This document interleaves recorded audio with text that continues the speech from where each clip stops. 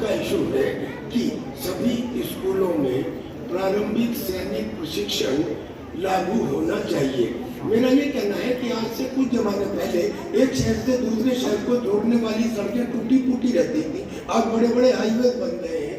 लेकिन उस जमाने में गरीब लोग ज्यादातर रोजी रोटी के लिए एक शहर से एक हिंदुस्तान से दूसरे देशों में जाया करते थे।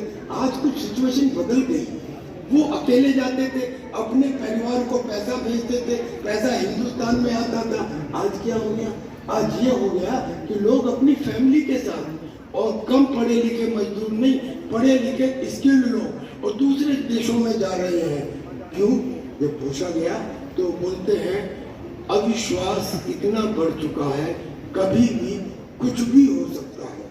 अब ये चिंताजनक बात है, कभी भी कुछ भी हो सकता है।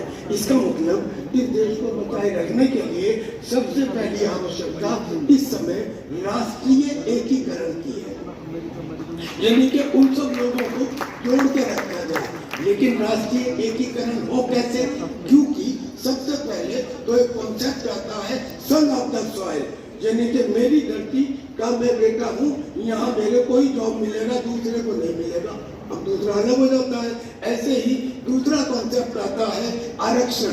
एक लंबे समय तक लगातार दिया गया आरक्षण की वजह से पूरे देश के अंदर एक विभाजन का शुरू हो जाता है। और तीसरा जो मेन विषय आता है वो है राष्ट्रीय चरित्र की कमी। तो दूसरा प्रश्न होगा कि पहले आवश्यक है राष्ट्रीय एकीकरण, राष्ट्रीय एकीकरण के लिए आवश्यक है राष्ट्रीय चरित्र की कमी। अब इस चरित्र को कैसे पूरा किया जाए?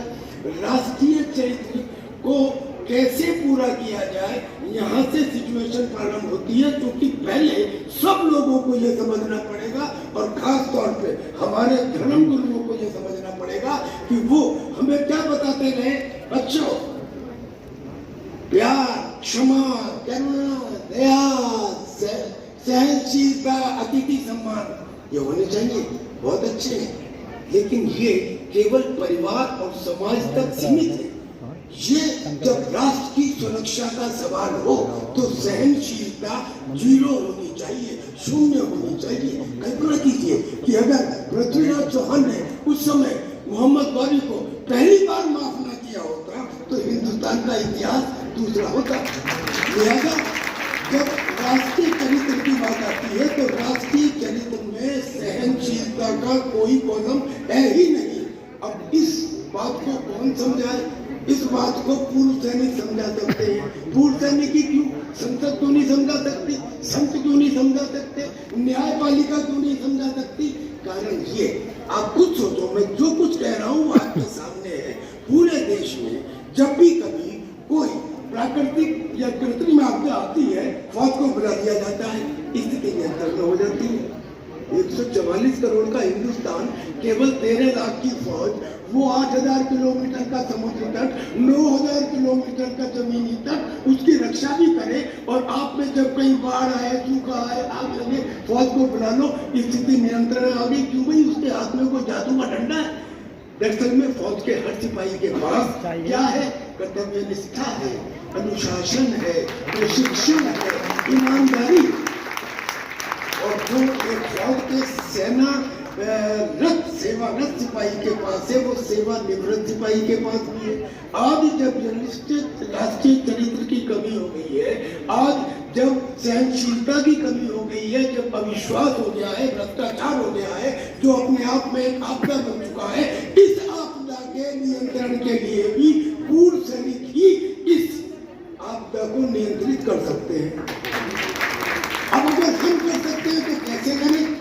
हम इसे कर सकते हैं प्रारंभिक सैनिक प्रशिक्षण के द्वारा। प्रारंभिक सैनिक प्रशिक्षण का क्या मतलब हुआ? यानी कि स्कूलों में। अच्छा, स्कूलों में क्यों, कॉलेजों में क्यों नहीं? स्कूलों में इसलिए कि 8वीं 9वीं क्लास में जो बच्चा है वो एक कच्ची मिट्टी की तरह होता है। उस समय जो बातें उसे सिखा दी गई जीवन पर्यंत उसके दिमाग में रहती हैं। और इस प्रशिक्षण के अंदर क्या शामिल होगा? इसमें नॉर्मली ड्रिल या दौड़ केवल ये नहीं, इसमें एम्बुश कैसे करते हैं, दुश्मन के एरिया में आतंकियों के साथ पेट्रोलिंग कैसे करते हैं, डिजास्टर मैनेजमेंट कैसे करते हैं। अगर कुछ भी पास में नहीं है हम फर्स्ट एड बगैर किसी दवाई के कैसे देते हैं जो, और इसमें आर्टिफिशियल इंटेलिजेंस रोबोट के बारे में भी थोड़ा सा एक्सपोजर, ऑप्टिकल कोर्स कैसे करते हैं, इस किस्म की चीजें इस प्रशिक्षण में बताई जाएंगी। काल्पनिक नहीं है। इस प्रशिक्षण के 6 कोर्स राष्ट्रीय सैनिक संस्था ने बिना किसी मदद के चलाए हैं और बड़े अच्छे रिजल्ट मिले हैं उनके। कहाँ मुजफ्फरनगर में, गाजियाबाद में और जबलपुर में। अब हमारा ये कहना है कि इस राष्ट्रीय सैनिक प्रशिक्षण को सभी स्कूलों में लागू किया जाए। कैसे लागू करें? अगर हमारी बात सरकार को सुननी होती तो बहुत पहले सुन लेते, क्योंकि हम काफी समय से रिक्वेस्ट कर रहे हैं। तब ये दिमाग में आया कि हमें 1857 में जब कभी भी कोई अच्छा बदलाव इस देश में आया तो संत और सैनिकों ने मिलकर काम किया है। ध्यान है आपको, 1857 में स्वामी ओमानंद, स्वामी वृद्धानंद जो अंधे थे, स्वामी संपूर्णानंद, स्वामी दयानंद सरस्वती, इन्होंने मिलके किसको बुलाया? रानी लक्ष्मीबाई, तात्या टोपे, ज्वाला प्रसाद, नानाजी, और उस समय 3100 रुपए दिए और कहा कि जाओ अंग्रेजों से लड़ो, और उनको एक योजना भी दी